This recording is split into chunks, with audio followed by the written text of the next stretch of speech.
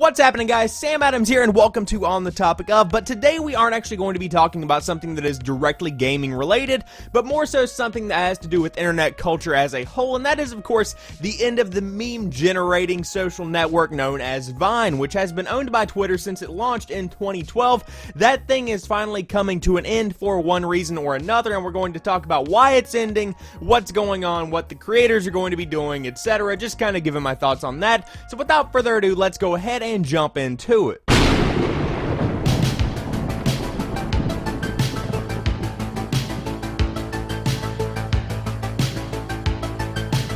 Alright, so back in 2012, whenever Vine was first in beta, it was bought by Twitter, and I feel like that was a pretty wise move because it was still weird. People didn't actually trust the service that much because it was a 6-second video service, which doesn't make much sense. In a world where YouTube and Twitch are thriving because of long-form content, or at least content that's longer than 2 or 3 minutes, you wouldn't expect to have some kind of 6-second video streaming service taking the world by storm. However, that's pretty much exactly what happened. Now, it wasn't something that just popped up overnight. It did kind of work its way up, but as people kind of experimented with that 6-second window of opportunity, they got creative with it, and they were able to entertain people in a fraction of the time that a YouTube video would normally be able to do the same amount of entertaining. Now, the end of Vine was announced in a Medium post, another place which Twitter owns. We'll get into that in a minute, but in this Medium post, it pretty much talked about how they were so thankful for everyone that gave the social network a shot. They were so thankful for everyone that created content on the platform over the course of the past few years,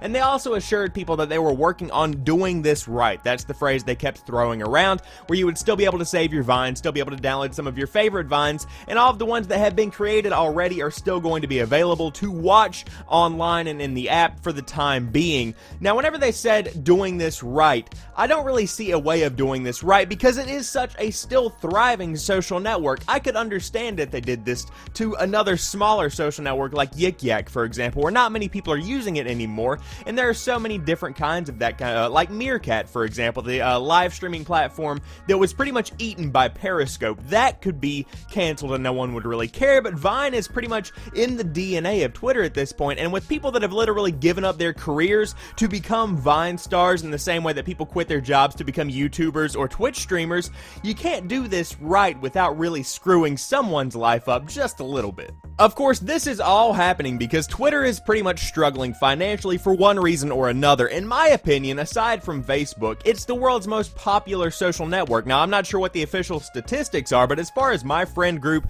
and as far as the college group that I tend to hang out with, we all use Twitter on pretty much a daily basis, and it's where I post the majority of my content outside of YouTube. I am a huge fan of Twitter, and I really couldn't imagine getting my news, getting updates from my friends, getting anything without it, but it blows my mind that they're still not doing well financially, and it does show that they aren't doing well because they're slashing 350 global jobs, which equates out to about 9% of its entire global workforce. So slashing that amount of people from your workforce definitely shows you've got some financial troubles coming down the pipe. Of course, everyone has their own theory as to why Twitter is struggling to remain profitable during this time, but I have my own, and that's because they're casting too wide of a net here. There are so many different services that Twitter encompasses that they're not doing one thing really, really well. Instead, they're doing a whole bunch of different things sort of okay. You've got Twitter, which is, of course, your microblogging. You've got Vine, or you had Vine, which was your 6-second video looping service. You've got Medium, which is your long-form posting service where you can post a long narrative if you would like to do so that doesn't fit on Twitter, and then you can share it on Twitter. You've also got the NFL live streaming that started really in full swing this season, where you can literally watch NFL games, which cost them a pretty penny. And of course, you've got Periscope, which ate up Meerkat's little portion of the audience, and it's also been integrated directly into Twitter, where people can pretty much live stream wherever they want using 4G or Wi-Fi, which has actually helped me watch stuff in riots in my own city when I didn't want to go out there and see what was directly going on. All of these things are doing something at least okay, but they're not thriving as one thing normally should if you're putting all of your focus onto that one specific thing, and that's why I think Twitter is kind of floundering around a little bit. Now, personally, I believe that the end of Vine is the beginning of the restructuring of Twitter, a kind of trimming the fat, if you will, to become more appealing to people that might want to buy the service, like Google, Apple, Microsoft, etc.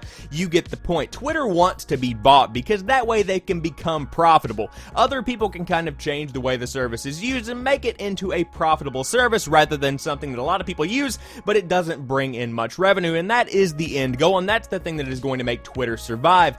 In fact, if they restructure enough and they kind of refinagle things a little bit, they might even become financially well off enough to maintain completely and totally independent. That is very unlikely, but it would make them look more appealing to people that might want to buy the service if they stopped kind of, like I said, casting too wide of a net and focused on doing one thing really, really well.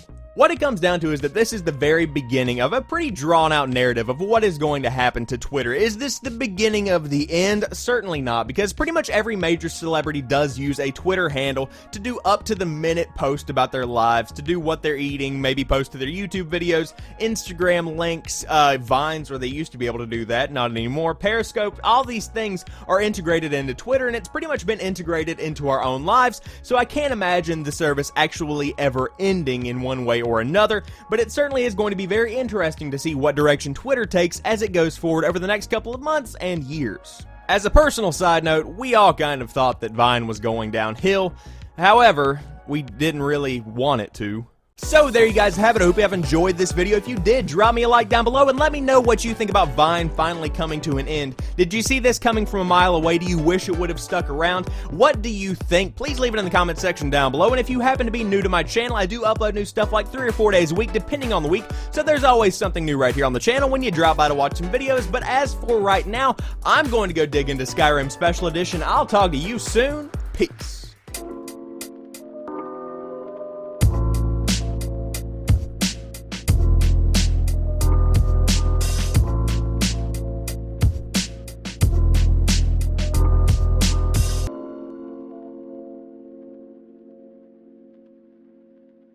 Get to Del Taco. They got a new thing called free shavacadoo. Free shavacadoo.